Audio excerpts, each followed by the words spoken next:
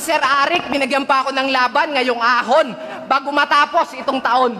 Meron daw siyang kilalang guro na gusto niyang paturuan sa akin ng leksyon. Pero bago yon, alam mo ba nung nag-aaral pa ako? 75 lang yung grade ko. Pero wag ka. Half day pa lang yun. Paano pag hinul day ko pa? 150 na. Subukan mo kung ibagsak, may kalalagyan ka. Hindi mo gugustuhin pag nagkaroon ako ng gradong kulay pula. Sige, bigyan mo ko ng palakol nang masibak kita. Ako'y hindi ganun katalino. Ako yung tipong perwisyong estudyante. Kilala bilang komedyante ng mga kamag-aral at kaklase. Numero 1 sakit sa ulo ng mga guro. Kaya laging outstanding sa klase. Nakaka-board tong bar exam mo, pwede bang exempted na lang ako? At puro pataglish. Hindi mo ba kaya mag-English ng buo?